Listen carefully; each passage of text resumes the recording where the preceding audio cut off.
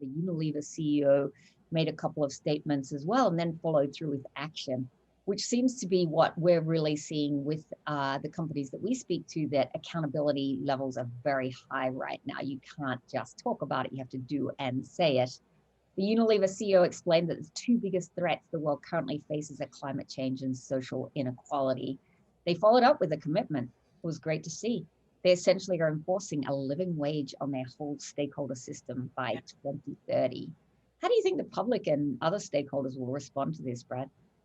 And this is a perfect example. If we go back to what Anne had talked about with VMware, if you take a company like Unilever, Unilever has consistently for well over a decade been a leader around communication and action around both, well, all of the ESG components, but especially the E part. I mean, they literally restructured their company about a decade ago to focus on the E part of their business.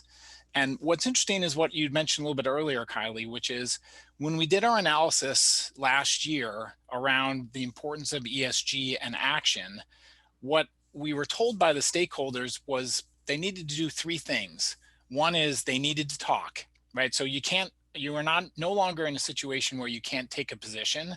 You need to articulate the position of the organization on those particular issues. That's one.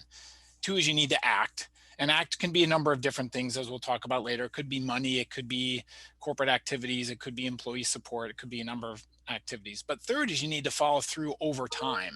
And there's the difference between what you saw from Unilever and what Anne talked about with a company like VMware and many of the other companies, because many of the companies did one and partially two, right? So they talked and they did some things, but this is a long-term strategic multi-year commitment by Unilever around a critically important topic, not just for them as a company, but for society as a whole.